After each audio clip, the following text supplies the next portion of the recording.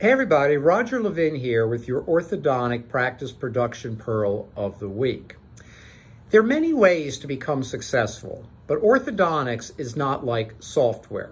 There are companies where the founders, they call it eating out of pizza boxes, basically had next to no money, weren't sure they would make it for 3 or 4 or 5 years, and then bang, all of a sudden they have a breakthrough, they develop the technology product or the software, and that company goes from 0 to 1,000,000 or 1,000,000,000 overnight. Well, orthodontics is different. Orthodontics is much more about steady progress, as I've talked about in previous Pearls of the Week. But one of the things I want to share with you is that if you want to measure, how am I doing? Are you growing every year? When we advise orthodontic practices, and when I do executive coaching, I take 6 doctors a year myself. I work with one-on-one for executive coaching, not consulting.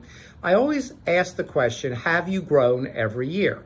Because when I see a practice grow, decline, grow, plateau, grow, decline, that really concerns me. That's a bad pattern that gradually you end up lower on average than if you just had steady growth. Regardless of how fast you grow, how big the growth rate is, a practice in most cases is better off with steady growth every year. So when you finish this Pearl of the Week, go back, look at your last 10 years. Prior to that, it's not that important. Have you grown in revenue and profit? Both of those, revenue and profit, every year for the last 10 years. If you can say yes, you're on a good growth trajectory. The only mitigating factor is that we are in the longest upward economic time in American history.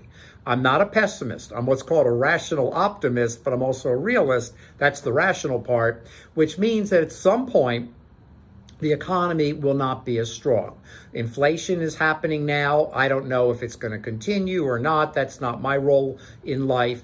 But at some point, just because of business cycles, so part of your growth may be a fantastic natural benefit of the economy, but orthodontics is changing.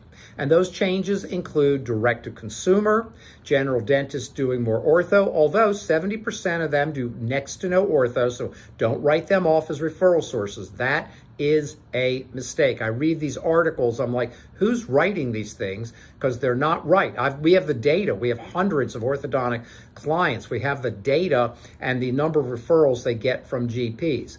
You've got DSOs making deals with orthodontic aligner companies, and you've got DSOs with their own branded aligners now, a special name just for their DSO, one of which has 900 offices throughout the country. If that doesn't signal to you the change is coming, let me signal it to you, change is coming. So if you continually strategize, how do I just keep growing somewhat every year? I still believe that's going to be the model, the best model for most of you for success. As always, I wish you increased practice production and referrals every year.